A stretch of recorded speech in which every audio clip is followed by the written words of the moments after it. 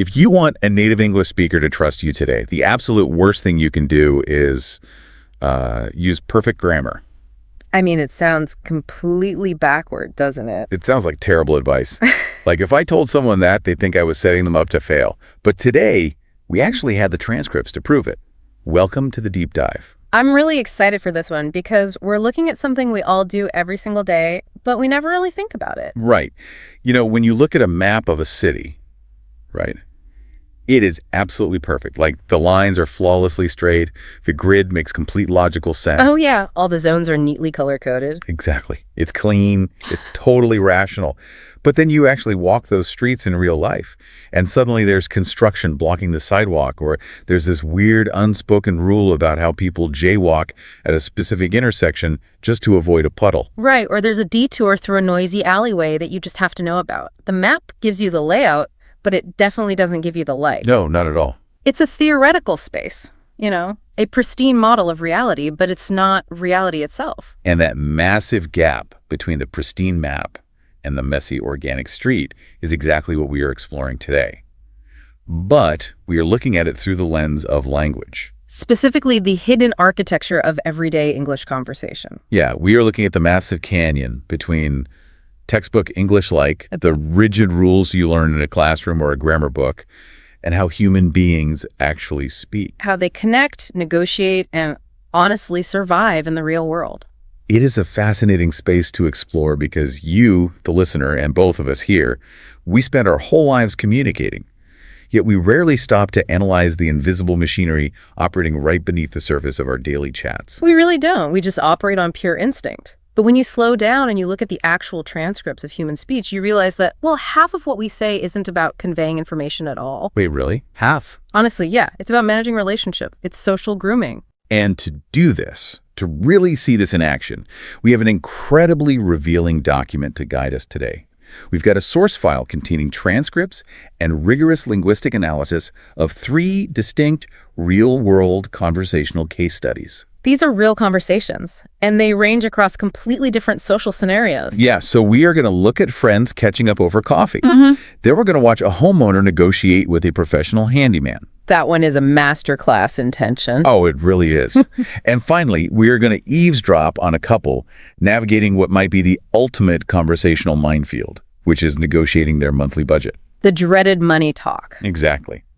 And the mission here for you, the listener, is to use this analysis to essentially shortcut your way to becoming a master communicator. Because by the end of this deep dive, you will understand the unspoken rules, the subtle vocabulary shifts, and the psychological framing that govern natural speech. You're going to start hearing the hidden matrix of conversation everywhere you go. So, okay, let's unpack this, starting with something that happens to all of us. Right, a very common scenario. Let's look at the illusion of textbook English and a phenomenon that I found deeply, deeply relatable in the source material. It's this use it or lose it nature of our own vocabulary. We're looking at our first case study, which is just a casual catch-up between 2 friends, Pete and Jane. Yeah, a classic everyday scenario. The stakes seem incredibly low on the surface here. Jane comes over and they start doing the standard exchange of, how was your week? Exactly. And Jane says she's had a rough week with a demanding client. Pete mentions he's been working from home and he just got a new couch because his old one was, well, in his words, uncomfortable. Right, uncomfortable, just a very standard word. Right. And Jane validates this by agreeing that the old couch was, quote, awful. Now, our source highlights a phenomenon here that made me rethink my entire daily routine. It's a bit of a wake-up call. It really is, because people know thousands of qualifying adjectives. Like we know words like beautiful, noisy, enormous, tiny, awful, brilliant, but we don't use them regularly. They just disappear. They go completely dormant. Linguists actually refer to this as linguistic decay. Linguistic decay. That sounds intense. Well, it's essentially the gap between your passive and active vocabulary. Your passive vocabulary, like the words you effortlessly understand when you read them in a book or hear them in a movie, is always vastly larger than your active vocabulary. That makes sense. I can read Shakespeare, but I'm not speaking like him at the grocery store. Exactly. Your active vocabulary is the mental Rolodex of words you actually reach for in the rapid-fire moment of speech. And the brain is incredibly efficient, right? If you don't actively retrieve a word, the neural pathway to it just weakens over time. I was thinking about this. And it feels exactly like having a massive, beautiful spice rack in your kitchen. Oh, I like that comparison. Yeah, like you go to the store feeling super ambitious, right? Yeah. You buy the expensive saffron, the smoked paprika, the ground cardamom. All the fancy stuff. Exactly. Those are your fancy, precise adjectives. But then it's a Tuesday night. You've just commuted for an hour, you're exhausted, you're making dinner, and what do you actually reach for? You grab the salt and pepper. You grab the salt and pepper, good and bad. You default to the absolute basics because it requires zero cognitive load. What's fascinating here is that the brain naturally defaults to salt and pepper because searching for the cardamom takes mental calories. It takes active effort. You're too tired to hunt for the paprika. So you just end up saying, the traffic was bad, the movie was good, the food was bad, the weekend was good. But I have to ask, and I really want to push back on this a little bit, is it really that big of a deal? What do you mean? Like, if we are constantly falling back on basic flat words to describe mundane things, does that actually matter? We still get the point across, right? Does using bad instead of awful really flatten our emotional experience of our own lives? It absolutely does. And here is exactly why. The language we use doesn't just passively describe our reality. It actively categorizes our perception of it. Okay, wait. So the words shape the feeling. Yes. This is a very well-documented cognitive loop. If you only have the word bad readily accessible in your active vocabulary, your brain functionally drops a spilled cup of coffee, a rude email from your boss, and a devastating personal betrayal into the exact same linguistic bucket. Oh, wow. Wait, so you're saying my brain processes the stress of the spilled coffee and the stress of the nasty email similarly, just because I labeled them with the exact same word? Precisely. You are robbing yourself of emotional nuance.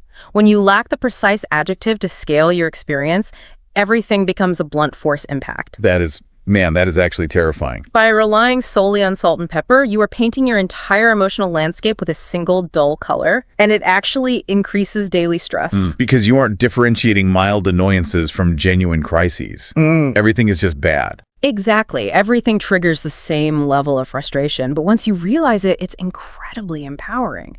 And in English, having those options, having that emotional spice rack, matters deeply for human connection. Yeah, the source points out how native speakers naturally use adjectives in pairs or in contrast to add depth without even realizing they're doing it. Right. Let's look back at the couch conversation. Yeah, so Pete says his old couch was uncomfortable.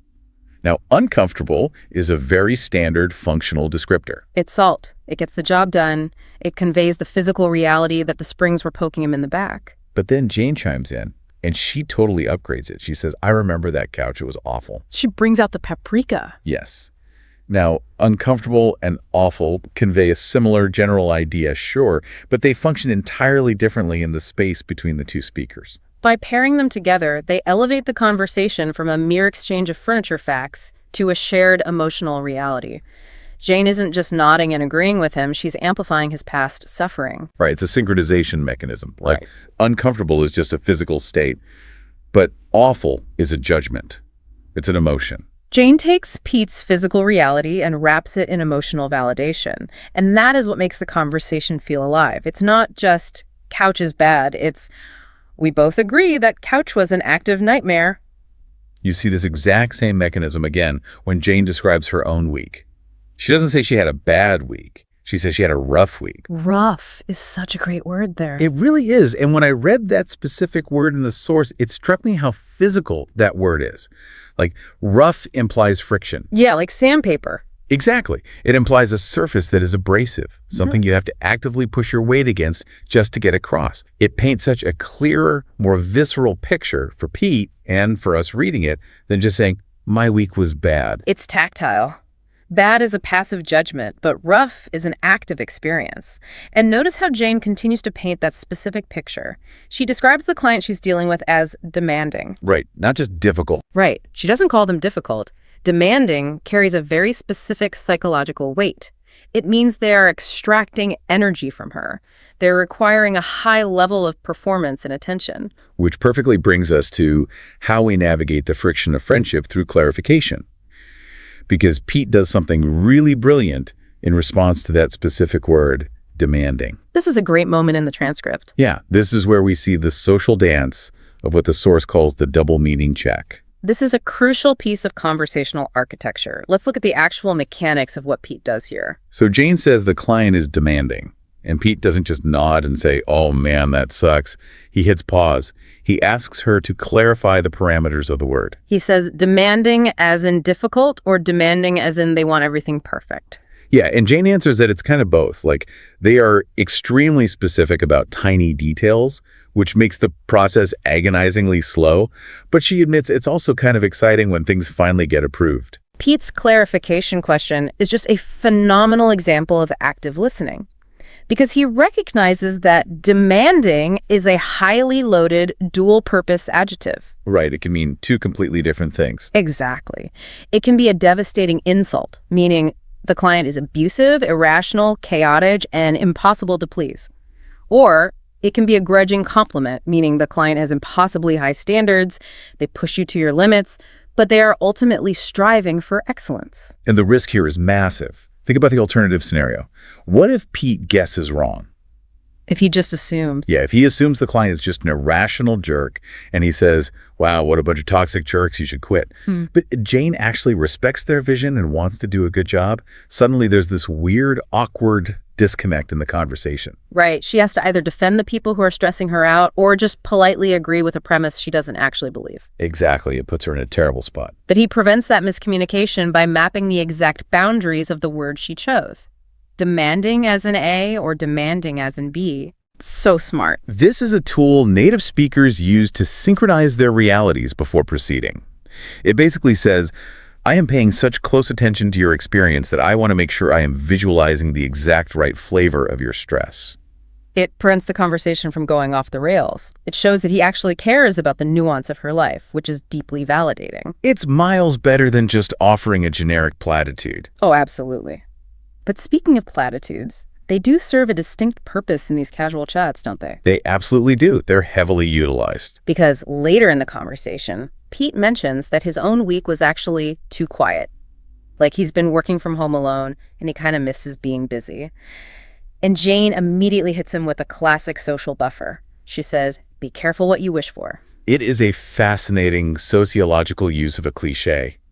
You know, if you ever take a creative writing class, the first thing they teach you is to avoid cliches like the plague. Oh yeah, they tell you it's lazy writing. Exactly. But in spoken, real-time conversation, idioms and cliches are essential. They act as conversational shock absorbers. Shock absorbers. I love that framing.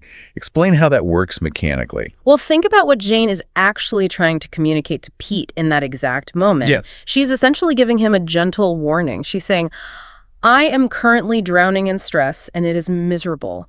Do not romanticize the stress I am feeling just because you are bored." Right, but if she said it exactly like that, "Do not romanticize my stress," it would sound wildly aggressive. It would instantly create conflict. Yeah, she'd sound super self-righteous. Precisely. By using a widely accepted cultural phrase, "be careful what you wish for," she entirely removes the personal sting. She is borrowing the authority of common societal wisdom to deliver a soft correction. So it's not Jane scolding Pete. It's the culture reminding Pete of a universal truth. Exactly. And Pete accepts it so smoothly, he doesn't skip a beat. No, he just replies, I know. Yeah. Which, as the source points out, is the ultimate conversational diffusion tactic. It really is. Like, he doesn't get defensive.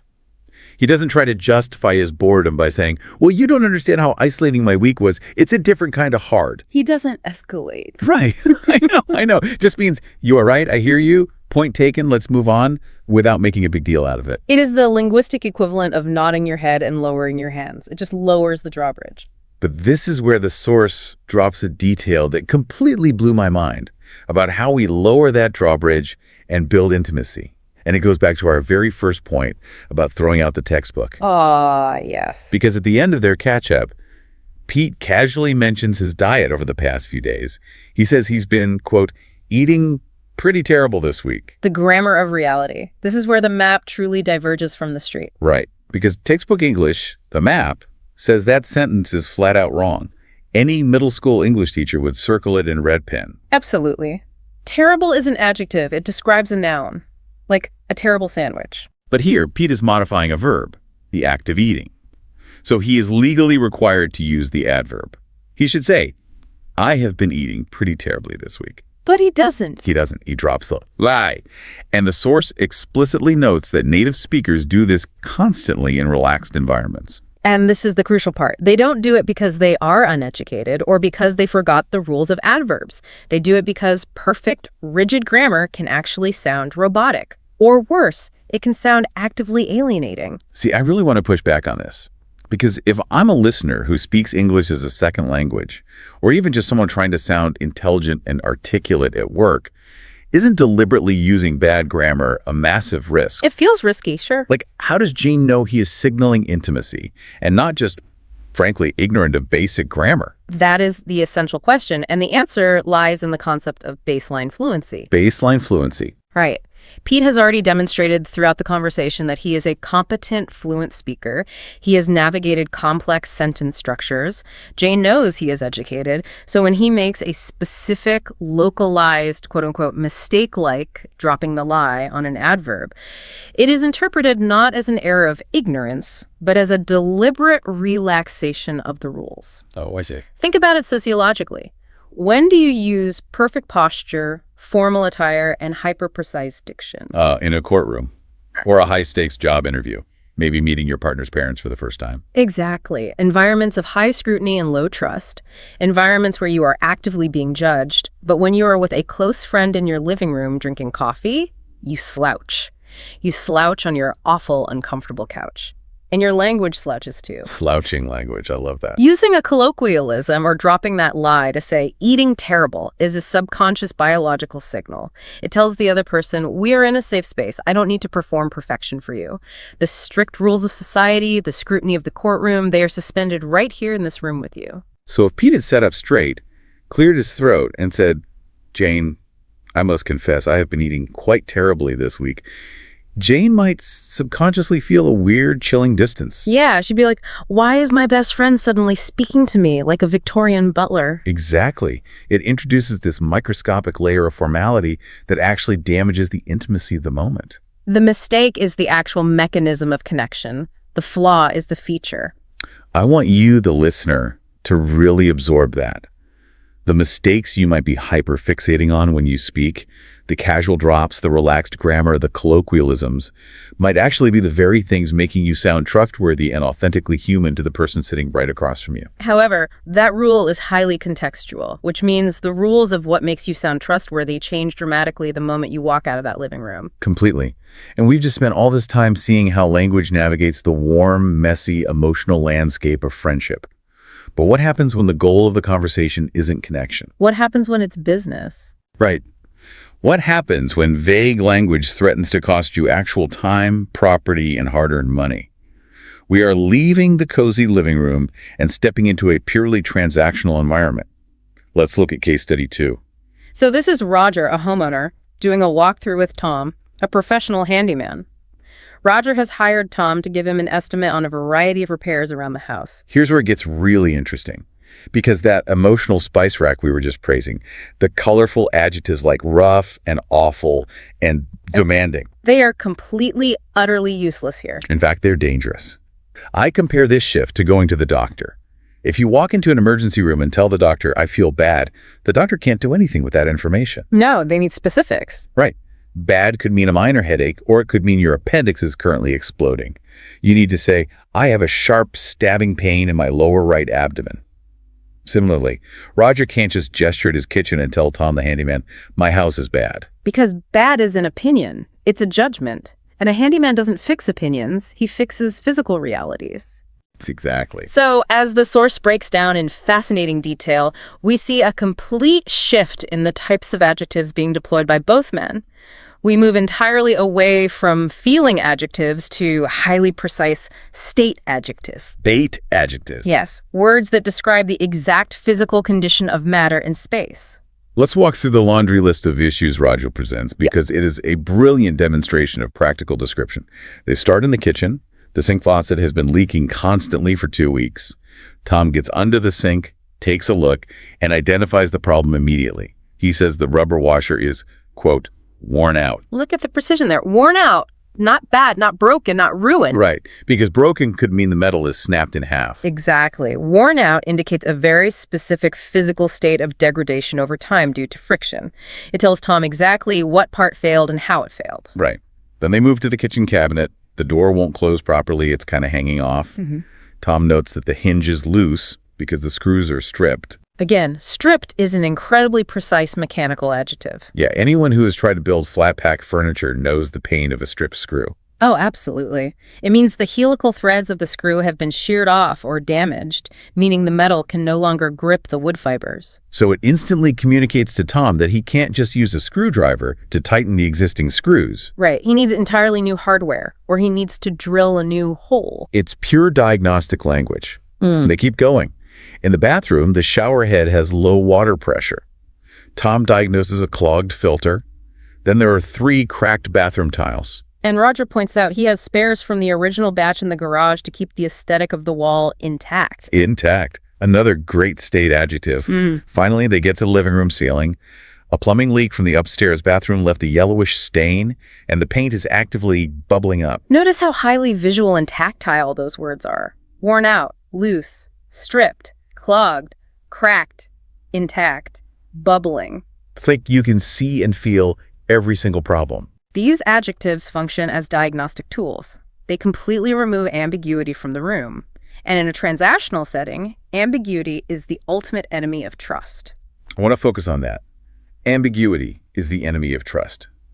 Because ambiguity is where hidden costs live, right? Absolutely. If Tom, the handyman, looked at the bubbling ceiling and just shrugged and said, yeah, the ceiling is messed up, I gotta fix it, Roger's anxiety would instantly spike.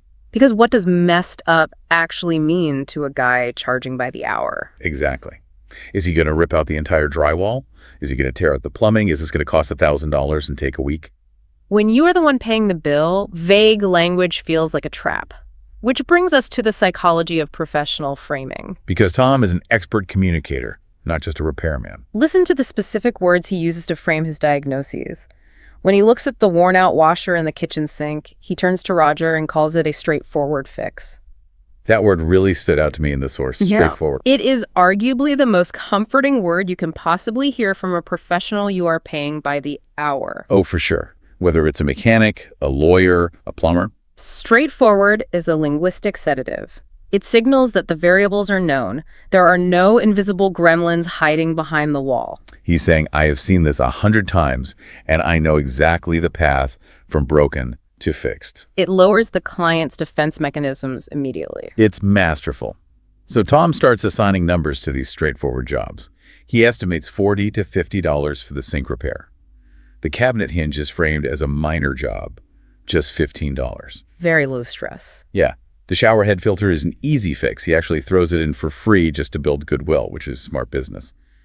The cracked tiles are more involved, taking more time to grout and set. So that's $80 to $90. But the ceiling is the big ticket item. All right, the bubbling paint. He explains the multi-step process really clearly to justify the cost. Like he has to scrape and remove the loose paint, treat the drywall underneath, let it dry completely, and then repaint it so it blends, $120 to $140.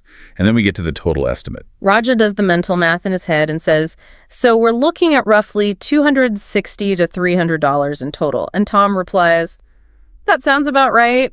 Give or take a few dollars. Give or take. Let's analyze the mechanics of that specific phrase because it is brilliant for managing relationships in business. It is the quintessential phrase for managing expectations naturally without sounding evasive. Consider the alternatives. Okay, let's play it out. If Tom promises the job will cost exactly $260 and he runs out to the hardware store and a part costs $5 more, bringing the total to $265, he has technically broken a promise. And even over $5, broken promises subconsciously damage trust. You start wondering what else he's wrong about. But on the flip side, if Roger asks for a total and Tom says, I don't know, maybe around $300, we'll see, he sounds incompetent. Yeah, he sounds like he doesn't know his own trade. Like he's just guessing. Precisely. Give or take establishes a flexible yet defined boundary. It projects absolute confidence in the estimate while simultaneously acknowledging the reality that physical manual work always has minor unpredictable variables. It's professional padding. It gives him a tiny margin of error while keeping the client feeling secure. And he seals the deal with another classic cultural idiom. He promises to email the written, quote, by tomorrow morning, so Roger has everything, quote, in black and white. In black and white, meaning official, documented, undeniable. Ink on paper. It's a linguistic guarantee of transparency. It finalizes the trust-building process by legally and emotionally disarming the homeowner's anxiety. It says, you don't just have my word, you have a contract. Now, before we leave this handyman scenario, the source highlights a fascinating quirk about how these financial numbers are actually spoken aloud. And if you are a listener who learned English in a classroom and is trying to sound natural, this is pure gold. Oh, this is a great detail. When Roger summarizes the math and says the total is $260, he doesn't say 260. Right. He entirely drops the and. He just says 260. The source notes this is a very common, almost universal trait in spoken American English. British English tends to keep the and, like 260, but in the American context, dropping it just speeds up the flow of the transaction. And look at the structure they use for the range. Roughly X to Y. Roughly 260 to 300. It is so clean, it doesn't stumble over itself. And that verbal fluency with numbers is highly critical in transactional settings.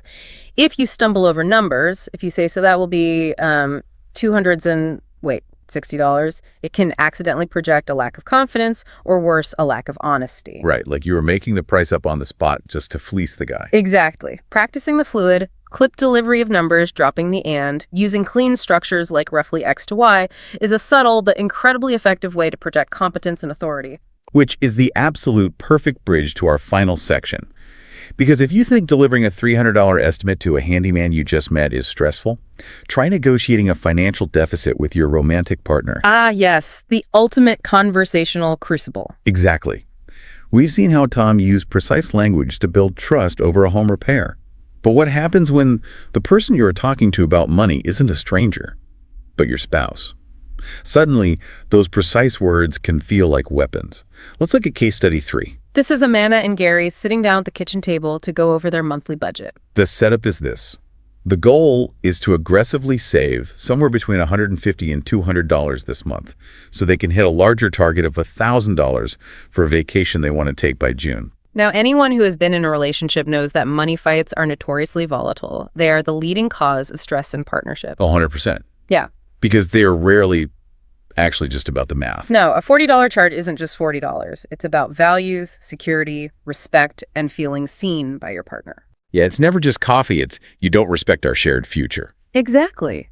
Yet the source explicitly notes how astonishingly calm and productive this specific conversation remains. It's almost eerie how well they handle it. Like, it doesn't turn into a fight at all. Let's look at the financial breakdown Amanda presents. She lays out the realities. Rent is fixed at $1,400. Utilities dropped nicely to $90 because they finally started turning off the AC at night. Groceries hit $340, which is high, mostly due to unneeded snacks and impulse buys.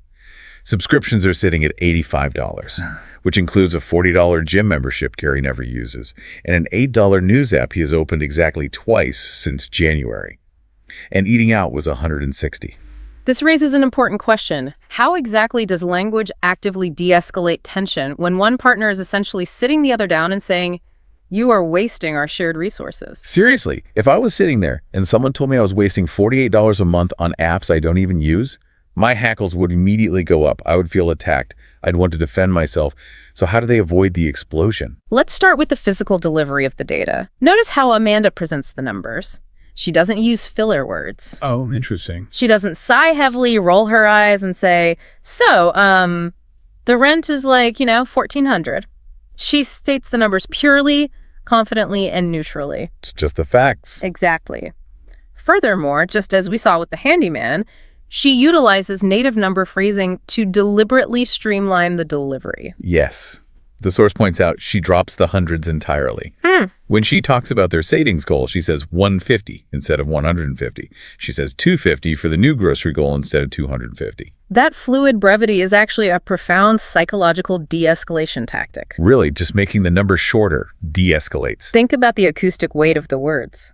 When you drag out the syllables of a large number, we need to save $150, it makes the number physically sound bigger.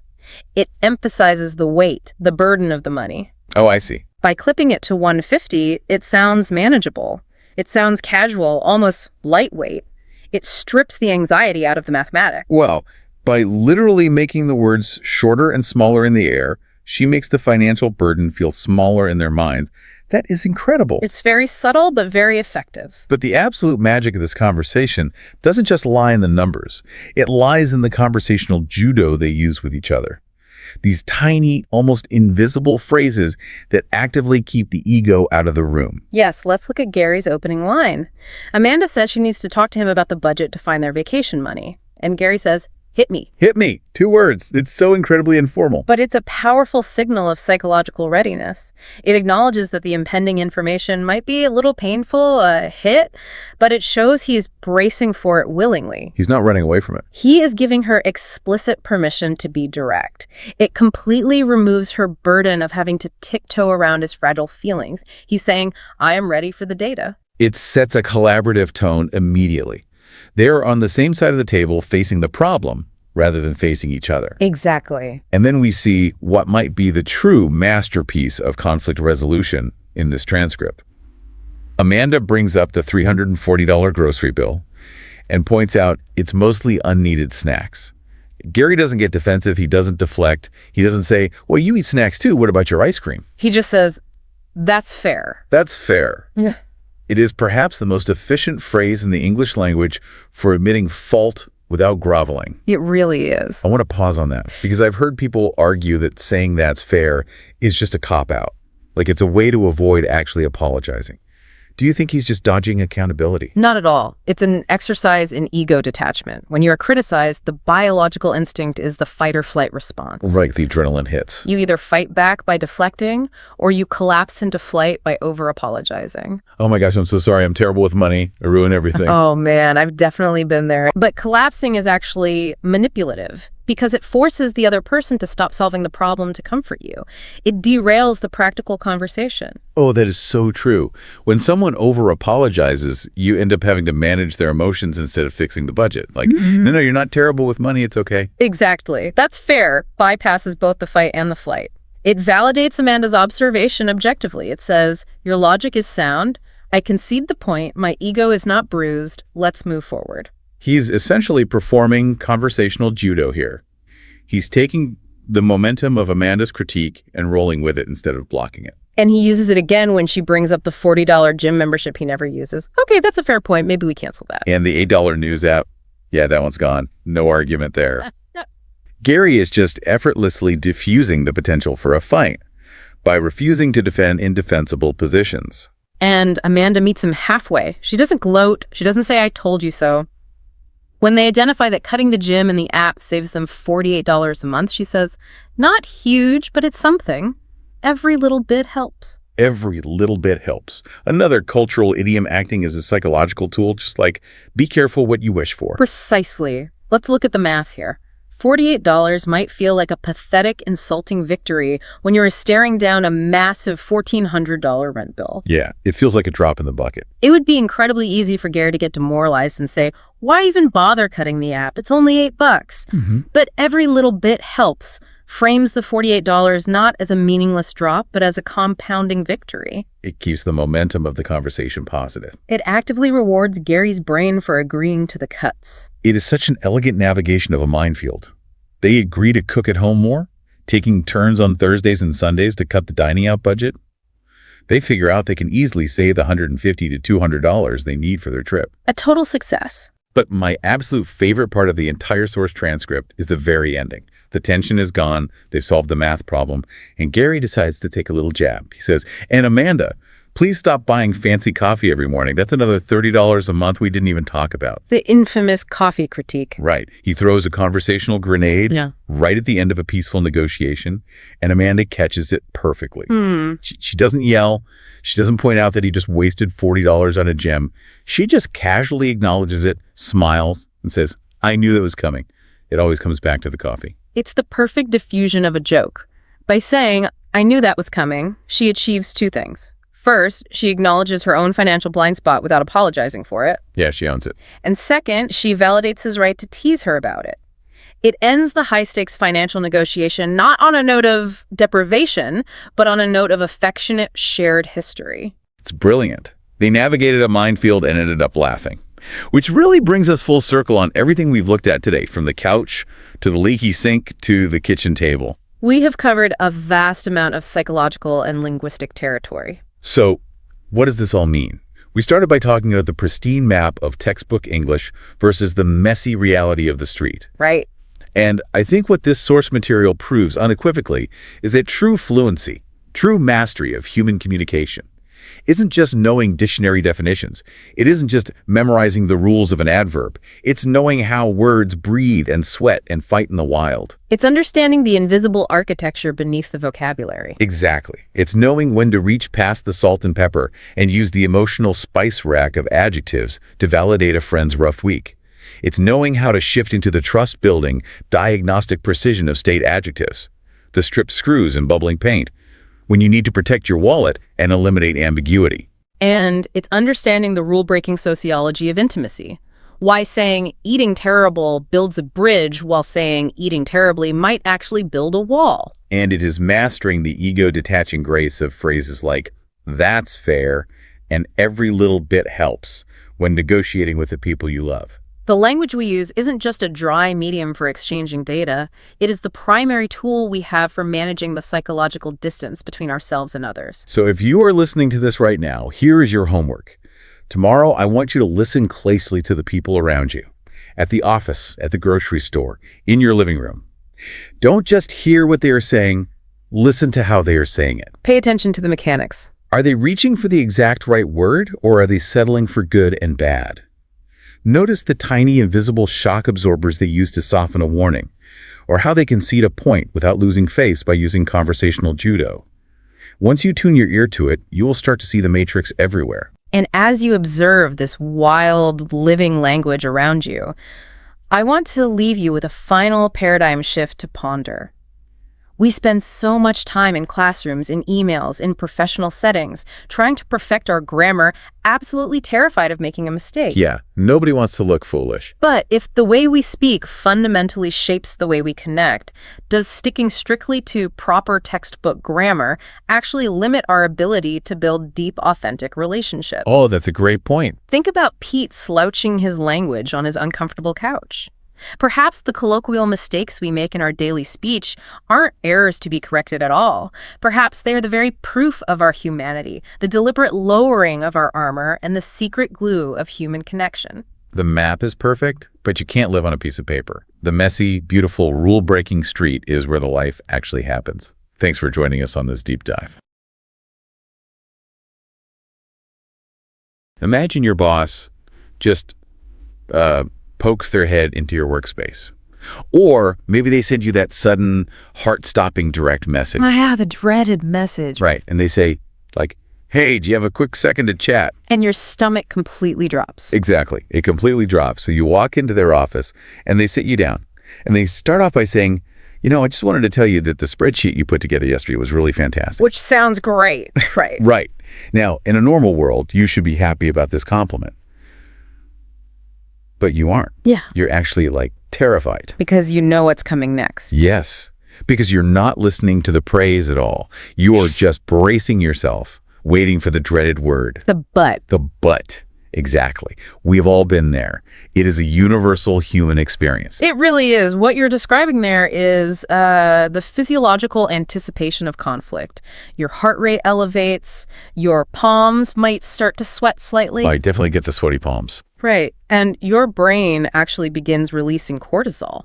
Your body is literally preparing for a physical threat, even though the only thing coming your way is a sequence of vowels and consonants. And that physiological reaction is exactly why we are pulling you, the listener, into this conversation today, because you are the crucial third person in this exploration.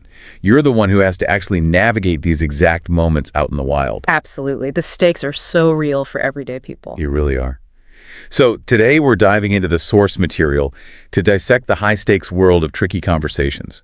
We're looking at everyday situations, things like saying no to a massive favor from a close friend. Or disagreeing with a really stubborn colleague in a high-pressure meeting. Yeah, or having to tell an employee that their behavior is actively hurting the team. These are the moments where a single poorly chosen word can just, well, it can detonate a relationship you actually care about. What is truly fascinating about the text we're analyzing today is that navigating these moments doesn't just require knowing the right vocabulary. We are talking about C2 level communication skills. Wait, C2 level, like the European language framework? Yes, exactly. But by that, I don't mean passing an advanced grammar test. I mean absolute native level mastery of nuance. Oh, I see. Like reading between the lines. Precisely. It is the ability to understand not just the dictionary definitions of words, but the heavy emotional weight they carry. It's the capacity to map the psychology of the person sitting across from you in real time. Right, because it's almost never about what you're saying, is it? No, almost never. It is entirely about how you are delivering it. Okay, let's unpack this. Because when we freeze frame these highly uncomfortable, very common scenarios in the text, it's like putting human interaction under a microscope. You really start to see the hidden architecture of polite society. Yes, you see the exact moments where a conversation could easily collapse into a screaming match. And you see the specific verbal maneuvers that keep the roof from caving in. The load-bearing walls of conversation, if you will. I love that. And to see how this works at the foundational level, we need to start in the most intimate sphere of our lives. We're talking about personal friendships. Which is, ironically, the environment where establishing boundaries often feels the most dangerous. Oh, without a doubt. I mean, think about it. In a workplace, you are bound together by a paycheck. Right. You have contracts. You have HR, you have a shared mandated goal. You are basically forced to figure out a way to exist in the same room. But a friendship. A friendship is a completely voluntary bond. Exactly. Every single day you wake up and implicitly decide, yes, I am choosing to keep this person in my life. And because the bond is entirely voluntary, it is inherently fragile. Introducing a hard boundary, like introducing a flat-out no into that delicate ecosystem, it feels like you are threatening the very foundation of the relationship. Because you're terrified the other person will just, revoke their consent to be your friend. Right. Which brings us to the first scenario in our source material, the case of Sarah and Leo. Oh, man. Yeah. This is a classic case study in the tension of the voluntary bond. So Sarah reaches out to her friend Leo with a massive request. A huge request. Yeah, her car's in the shop, and she wants to borrow Leo's car for an entire weekend trip to the lake with some other people.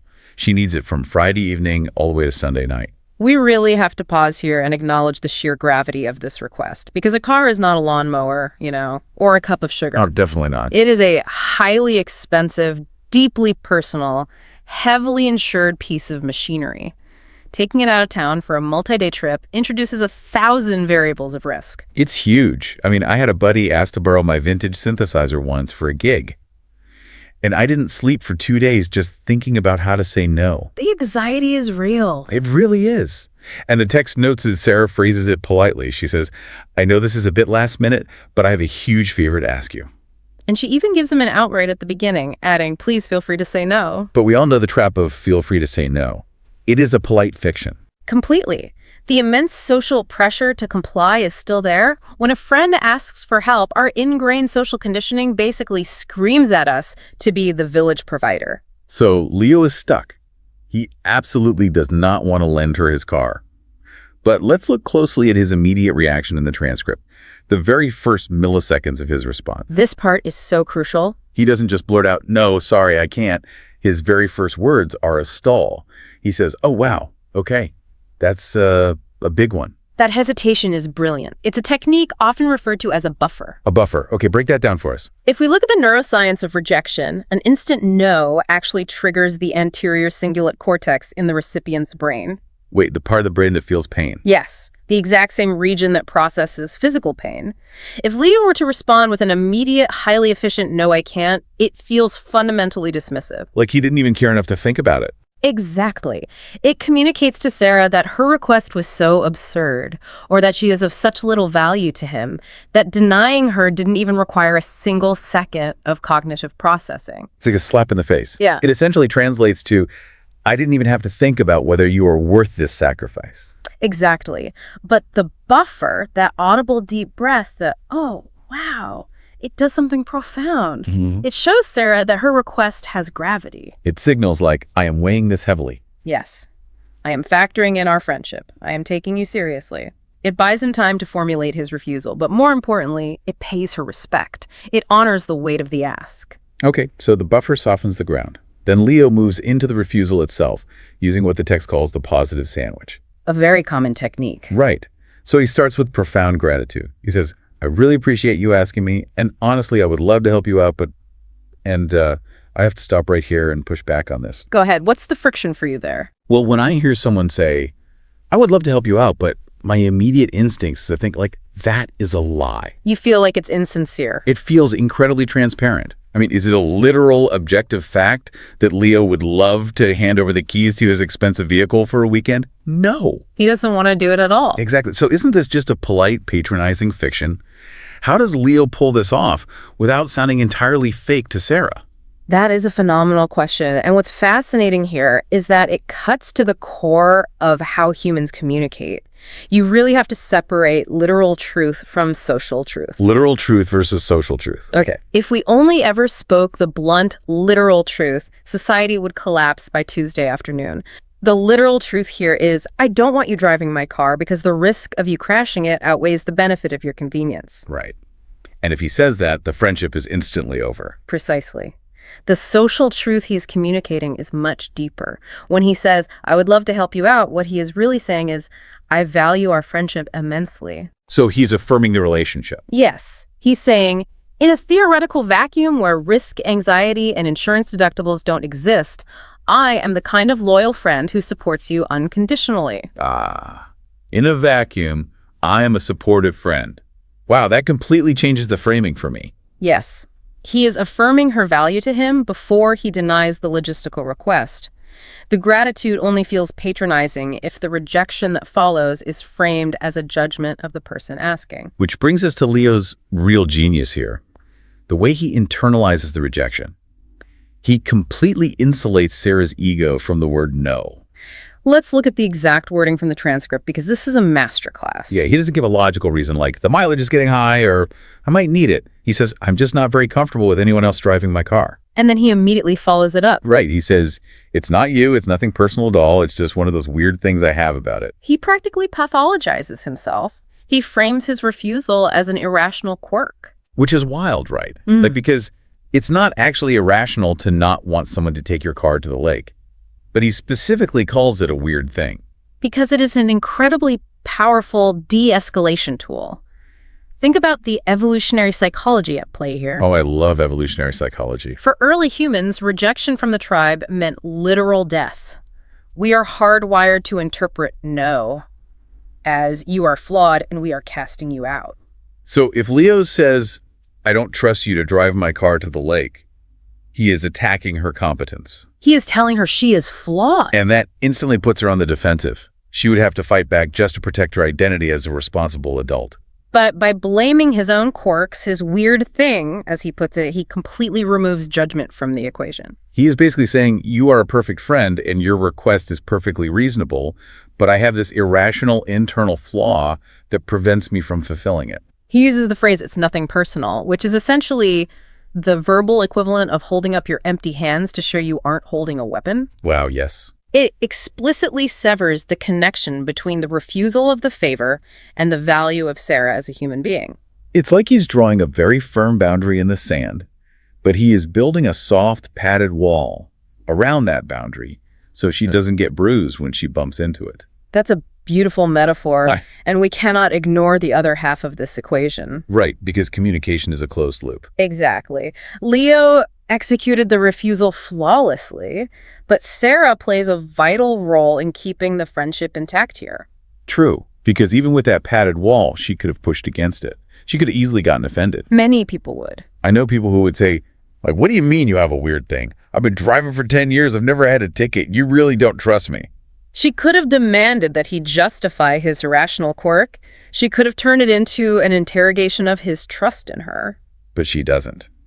Her immediate reaction is to actively diffuse the tension. She says, oh no, please don't be sorry. I totally get it. It was a long shot anyway. She actively works to let him off the hook. And why does she do that? Because she recognizes the social contract they are navigating. By letting him off the hook quickly and graciously, she is signaling to him that the friendship itself is far more important to her than the utility of the favor. She is essentially saying, I see that you protected my feelings by making it about your weird quirk. So I will now protect your feelings by not making you feel guilty for asserting your boundary. It is a delicate dance of mutual face-saving. They both walk away with their dignity intact. And honestly, you could argue it makes the friendship stronger because they've just successfully stress-tested their ability to tell each other no without the world ending. They've built real resilience into the relationship. Okay, so we've navigated the personal sphere, we've preserved a voluntary bond, but let's shift gears and look at an entirely different environment. The professional arena. Yes, because if protecting a friendship while saying no is a delicate dance, challenging a colleague's idea without making a lifelong enemy is like an extreme sport. The parameters change entirely here. In a professional setting, the stakes are not just about hurt feelings. What are the stakes? You are dealing with ego, perceived competence, status hierarchy, and the actual financial success or failure of a business. When you disagree with a colleague's idea in a meeting, you are, on a primal level, threatening their professional standing in front of the tribe. The threat response is so real. I remember being a junior copywriter and telling a senior art director in a brainstorm that I thought his font choice was illegible. Oh no. How did you phrase it? I just said it flat out. I was like, you can't read that. The room went dead silent. And he basically stonewalled me for the next 6 months. You attacked his competence directly, and his defenses went up like a fortress. Yeah, I learned that lesson the hard way. You triggered his amygdala. His brain perceived your critique of the font as a literal threat to his survival in the company hierarchy. Which brings us to the source material's second situation. David and Chloe. They're colleagues in a high-stakes marketing meeting. Right. David is pitching a very aggressive strategy. He wants to take the entire quarterly marketing budget and dump it into a massive social media ad campaign. He justifies it by saying he wants to get the most bang for our buck. It's a classic high-risk, high-reward business maneuver. Exactly. But Chloe disagrees. She thinks this is dangerously risky and wants to diversify the budget. Now, if Chloe acts like junior copywriter you, what does she do? She says, that's a terrible idea, David. What if the algorithm changes tomorrow? We need to do email marketing instead. And instantly, the battle lines are drawn. It becomes a binary win-lose argument. If Chloe's idea wins, David's idea loses. Which means David loses face in front of the entire team. He has to fight her not because her idea is necessarily bad, but simply to protect his status. But Chloe avoids the trap entirely. Her opening move is brilliant. She uses what the text calls validation before altercation. Walk us through what she says. She starts by saying, thanks for walking us through that, David.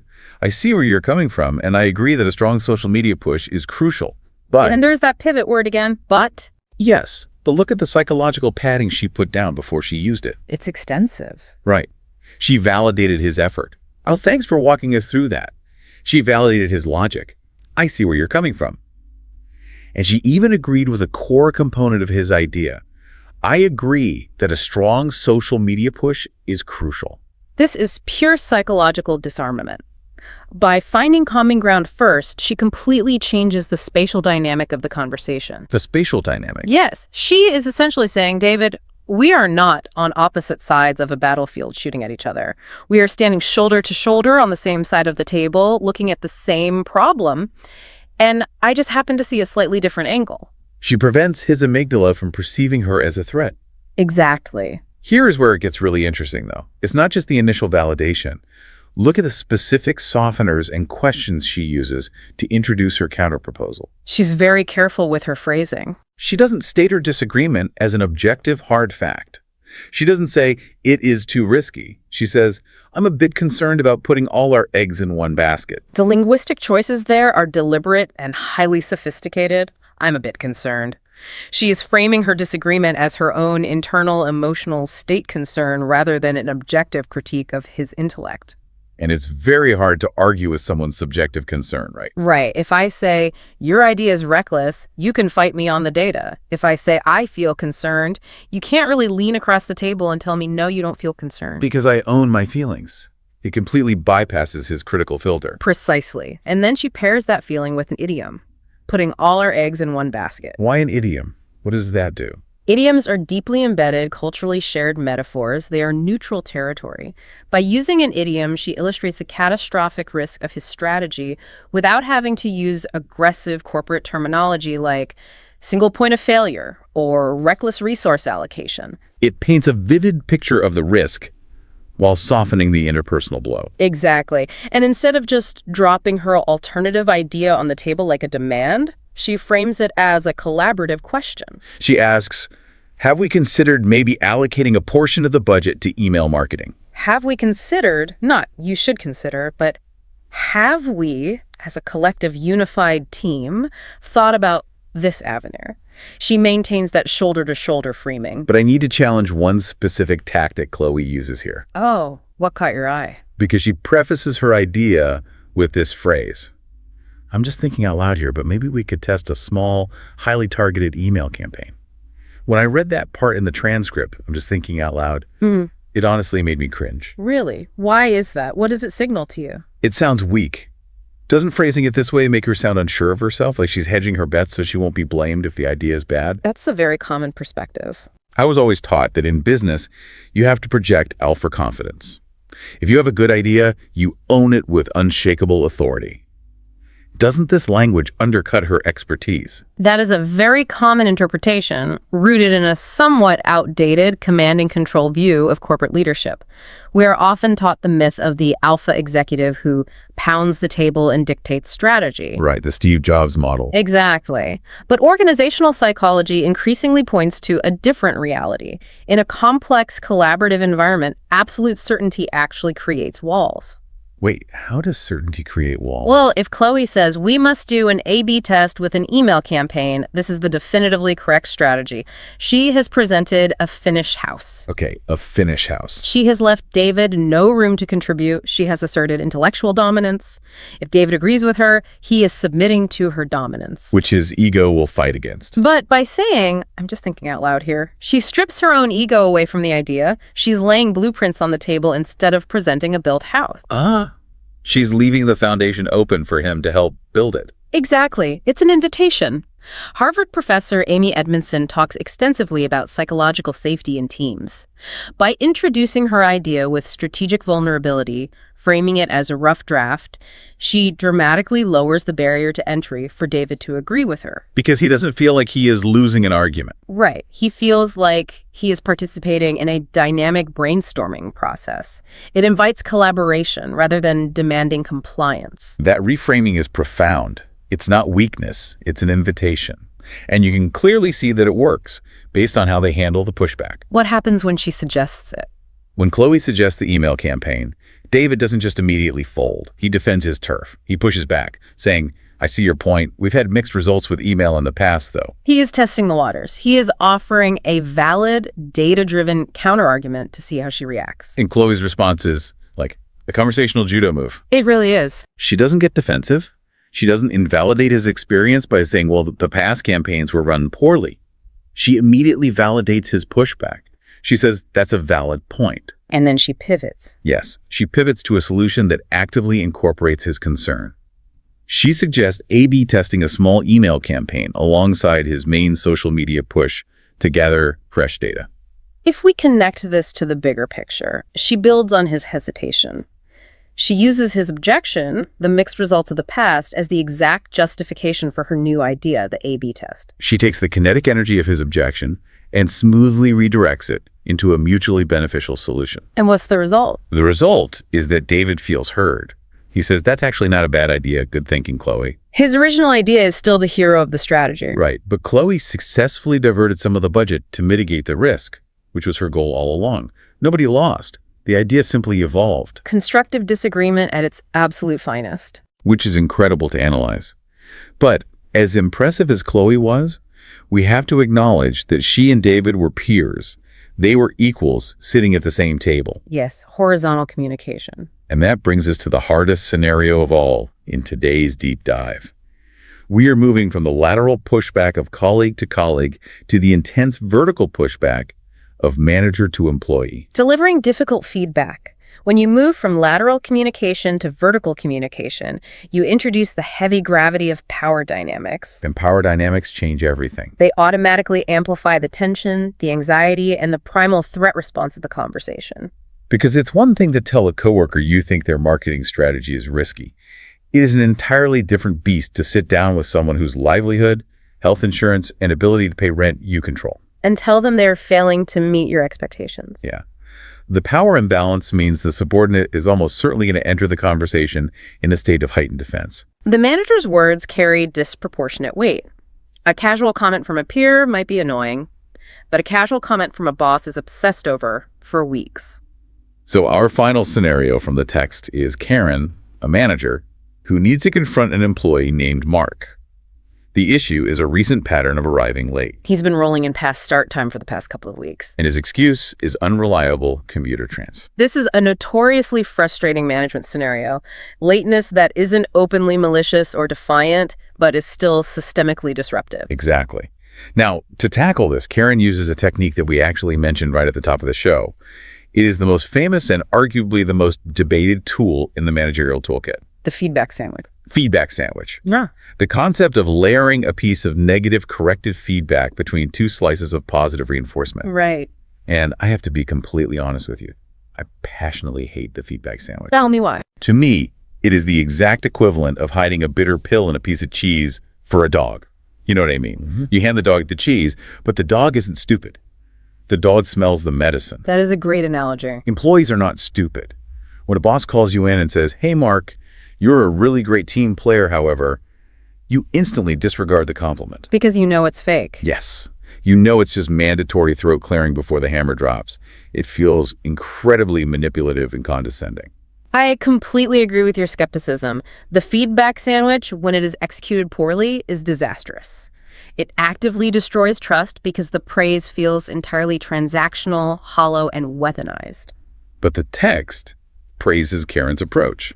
So why does hers work? However, we have to look at how Karen executes it, because her approach avoids the trap entirely. She proves why the structure can work if it's filled with the right ingredients. Her sandwich doesn't taste like a hidden pill. Okay, let's break down her cheese, so to speak. Yeah. How does she make the positive reinforcement actually work? The secret ingredient is extreme specificity. A bad manager uses vague, obligatory praise. They say, "Mark, you're a great worker, but you're late." Which means nothing. Right. Look at what Karen actually says. First off, I just want to say that the report you submitted yesterday was excellent. The data was clear, the analysis was spot on.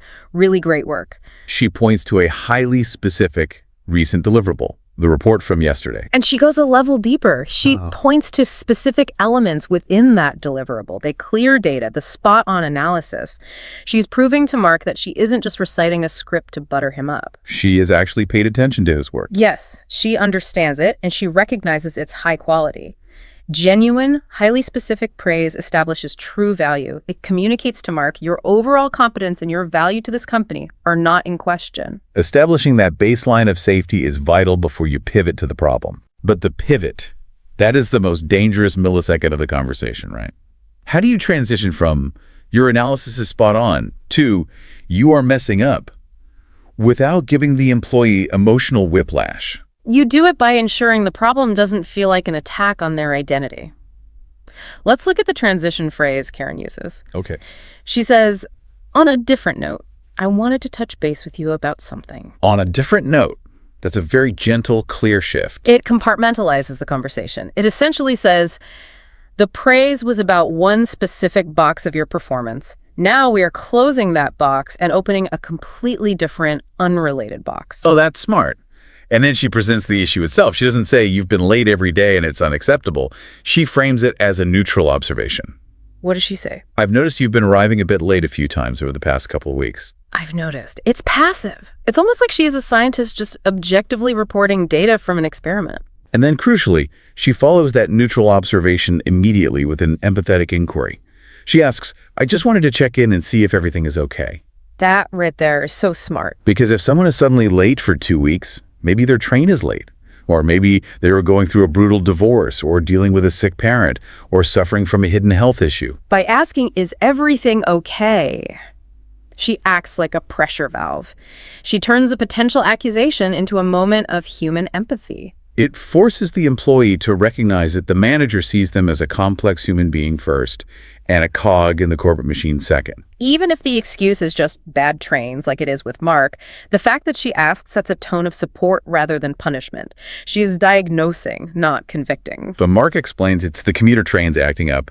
He apologizes, and here is where Karen does something that I think is the most important lesson in this entire deep dive. Let's hear it. She says, "No need to apologize.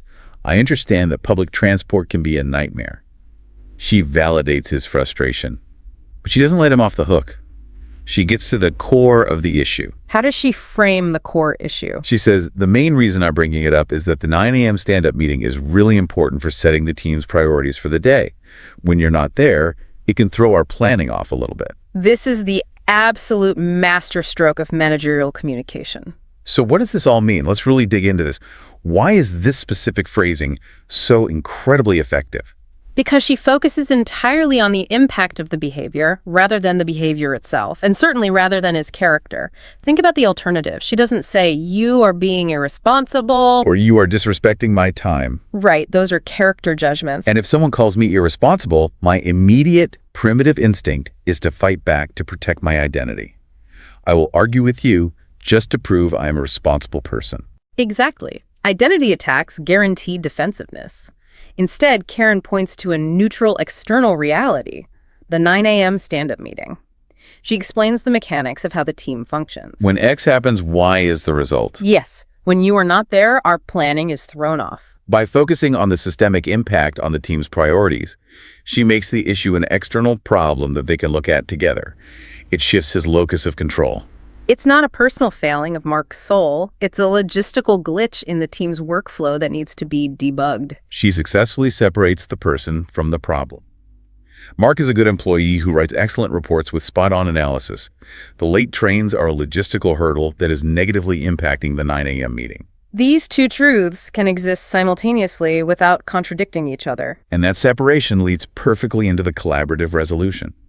Because the problem is externalized, they can solve it as a team. Karen doesn't demand that he wake up an hour earlier. She doesn't threaten to write him up or send him to HR. She asks, "Is there anything we can do to help?" Which is such a profoundly disarming question coming from a person holding structural power. She even offers a concrete concession. She says, "If the train schedule is an issue, we could potentially shift your start time by 15 minutes. She is literally offering to bend the rules of the company to accommodate his commute. Now look at how Mark responds to that offer, because the psychology here is fascinating. Does he take the 15-minute delay? No. He refuses the help. He says, "That's really kind of you to offer, but it's not necessary. I'll just start taking the earlier train to be safe." This perfectly illustrates self-determination theory and the psychology of autonomy. How so? By offering to accommodate him, Karen removes the adversarial dynamic entirely. She proves they are on the same team.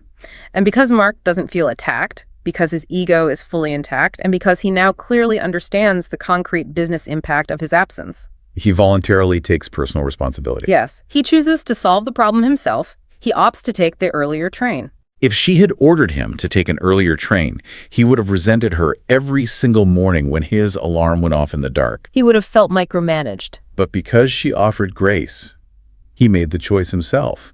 He owns the solution. It is a phenomenal demonstration of how treating an employee with respect, offering autonomy, and focusing on systemic impact rather than personal blame yields a vastly superior outcome. The behavior is corrected, and the relationship is actually strengthened. Precisely. Okay, we have covered a massive amount of ground here today. We've gone from the driveway agonizing over a borrowed car, to the boardroom debating high-stakes marketing budgets, to the manager's office dealing with the morning commute. And if we synthesize the core takeaways across all three of these incredibly distinct scenarios from the source material, what emerges is almost a unified theory of conflict management. A unified theory. I like the sound of that. Whether you are refusing a favor from a close friend, debating a strategy with a colleague, or correcting the performance of an employee, the formula for success relies on the exact same underlying principle. Protect the ego, but hold the boundary. Yes. You must fiercely protect the ego and identity of the person across from you, while remaining absolutely firm on the core issue. Right, because Leo didn't lend the car. Chloe didn't let the budget get monopolized. And Karen didn't let the lateness continue. They all held their boundaries, they all achieved their goals, but they did it by wrapping their boundaries in language that affirmed the inherent value of the relationship. That is the very definition of social and professional intelligence. And this is where it all comes back to you, the listener. The reason we are spending all this time dissecting the exact phrasing of these scenarios is because this isn't just academic theory. This is a highly practical toolkit. It really is something you can apply tomorrow. Treating these techniques as a toolkit, using the buffer pause to show respect, employing the nothing personal internalization to prevent defensiveness, utilizing validation before altercation to disarm the amygdala. Delivering highly specific feedback to establish competence, and focusing on external impact over character. All of these tools can drastically reduce the anxiety you feel when you are staring down the barrel of your own tricky conversations. Instead of these moments being terrifying minefields that strain your relationships, they actually become opportunities to build trust. Because when you successfully navigate a hard disagreement with someone without bruising their ego, they trust you more, not less. They feel deeply safe with you. However, before we wrap up, there is one final philosophical layer to this that I think is important to consider. Hit me. Let's go deep. This raises an important question, and it's something I want to leave lingering for you, the listener, to mull over. We have just spent a significant amount of time analyzing these highly structured, very deliberate, and extremely polite frameworks for managing conflict. We've talked about phrasing things carefully, using idioms to bypass critical filters. Employing empathetic inquiries to manage emotional reactions. We've basically mapped out the exact cheat codes to human conversation. Exactly. But here is the provocative thought. Is this level of careful linguistic framing, this constant buffering, ego-stroking, and strategic vocabulary selection, is it actually a form of gentle social manipulation? Oh, wow. Manipulation, that is a heavy word. Think about it objectively. We are essentially figuring out the psychological loopholes to bypass someone's natural defenses in order to extract the exact outcome we want from them. Whether that's keeping our car or changing their behavior. Are we just manipulating people with weaponized politeness? Or, on the other hand, is this simply the essential empathetic glue that allows a highly complex, heavily populated society to function without constant, exhausting friction? Is it manipulation, or is it just the required lubrication for the social gears of humanity? That is the tension. Something for you to ponder the next time you find yourself carefully preparing a positive sandwich for a coworker. Are you managing their feelings out of genuine empathy for their human experience? Or are you managing them purely out of clinical efficiency? That is a brilliant, slightly unsettling question to end on. Because, going back to where we started, when you look at how humans interact, there is no clean black and white X-ray. It's incredibly murky. It's all subtext. Every single word, every pause, every "I'm sorry" or "I agree but" is loaded with intention, with evolutionary history, and with the desperate, primal human need to be understood without being rejected. The architecture of the relationship is invisible, but it is the only thing holding the roof up. Absolutely. Well, thank you so much for joining us on this deep dive. Take these tools, use them carefully, and maybe a little empathetically out there in the wild, and we will see you next time.